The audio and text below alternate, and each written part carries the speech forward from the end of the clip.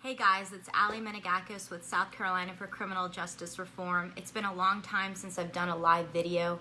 We've been working on a lot of foundational things with our organization and getting it started. But there's a lot of talk right now, with good reason, about grand juries and how they work. We all saw the news that the officers that shot and killed Breonna Taylor were not indicted for anything regarding the murder of Breonna Taylor, and there's a lot of protesting and going on out of outrage that these officers weren't indicted. And I recognize that, and it is outrageous. And I think the important thing to keep in mind is how outrageous our system is. And make no mistake that in South Carolina, our system is not better. And in most ways, it's significantly worse than the way it is in Kentucky. So I think it's important to talk to everyone about how grand juries work in specifically South Carolina and what the problems are with them. So that's what I want to talk about tonight. I've got to be honest, I had to do a good amount of research myself when it came to grand juries in South Carolina. And the reason is because I've never been to a grand jury proceeding. And that's really one of the essences of grand juries. They're very secretive. No one can really see or hear what's going on in South Carolina. Even the prosecutor doesn't know what's going on in them.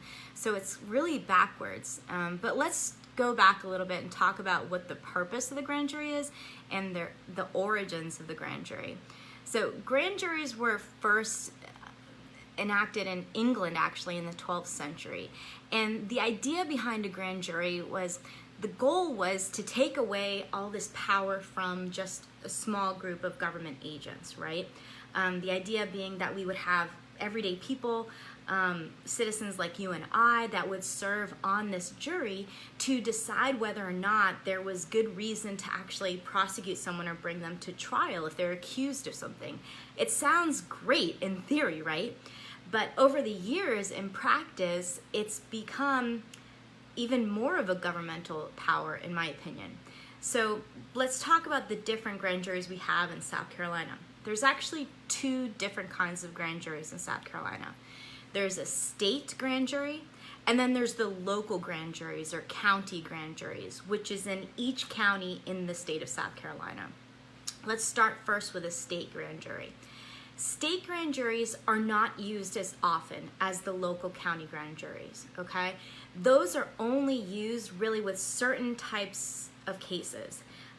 Some include, public corruption, election fraud, multi-jurisdictional drug charges, gang crimes, environmental crimes, terrorism, things like that. So your everyday charge, even like murder or theft or burglary, those things aren't going to go to that state grand jury. Any charge that happens in a county that is not one of those different kinds of charges that's prosecuted by the Attorney General, but ones that are anything that's punishable by more than 30 days in jail, those have to go before a county grand jury, okay? So, for example, the case of Breonna Taylor, if that were to have happened in South Carolina, that would have been before the county grand jury most likely. So what does a state grand jury look like? A state grand jury is actually better than the county grand jury. And the reason for that is because it is not private in a sense. They actually do record those hearings, and they have a transcript that you can sometimes get of those hearings. The other difference is that's led by the prosecutor or the attorney general in the case of state grand juries. And that attorney general is going to present evidence, can present witnesses that then the jurors can decide on and look at when deciding whether to indict or not. There's 18 members on the state grand jury, same with the county grand jury. So how does a county grand jury work? Well, again, there's going to be 18 jurors that are on that jury, okay? They serve for a good amount of time, and they meet maybe once or twice a month, probably at the most. There is no prosecutor that is present for these hearings, okay? It is not recorded. There is no transcript that you can get.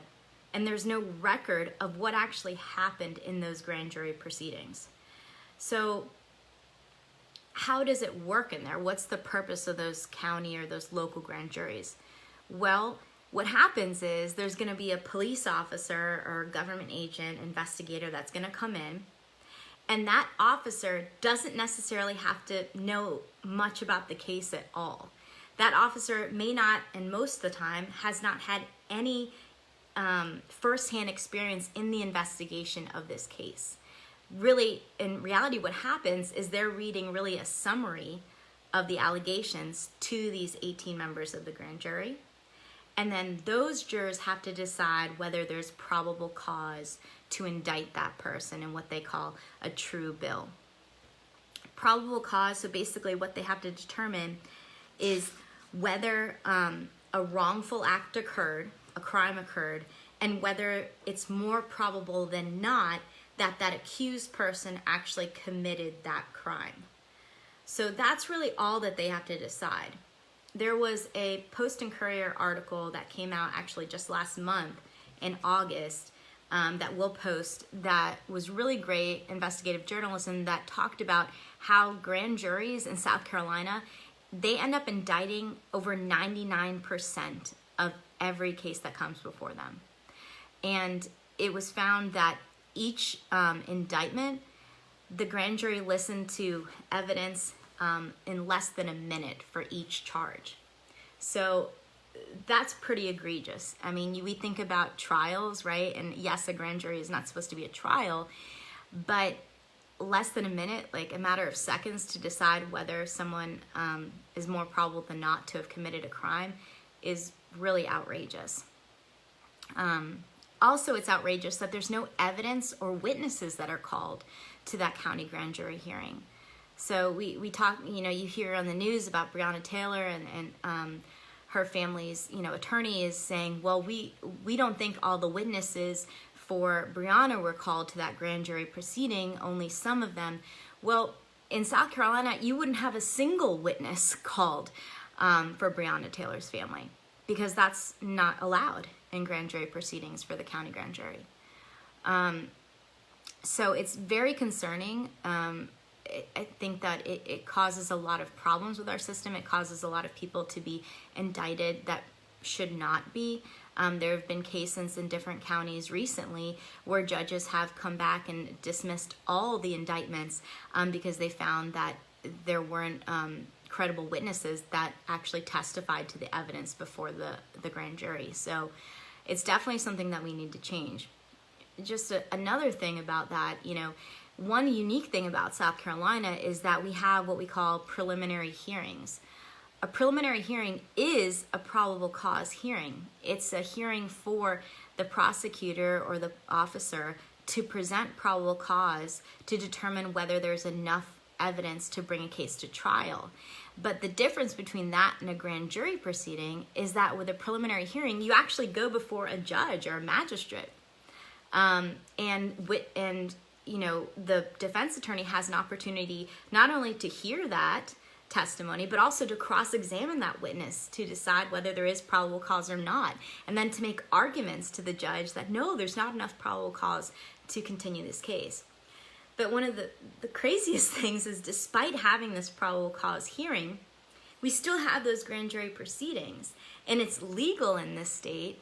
If you have a preliminary hearing, let's say, and the judge finds that there's no probable cause for that case to go on to a trial, the prosecutor, after that case is dismissed, can come back and bring that case to a grand jury again, and they can be indicted. And we all know that over 99% of cases that go to a grand jury end up being indicted. So even if a case, according to a judge who should have, the legal expertise in this area, and decides that there is no probable cause, a grand jury, more than likely, if it's brought back before them, will indict them anyway. So there's a lot of problems in South Carolina that we need to change. If you're outraged by what happened with Breonna Taylor, what I encourage you to do is to start advocating for criminal justice reform in our state and the entire country. Because the reality is that what happened to Breonna Taylor is not rare. It's very common, and it happens every single day all over our country, especially in our state. So get involved with us, contact your politicians, be aware, share this information to your family and your friends so they know what the issues are so that we can try and move for a better system. Thanks. Have a good night.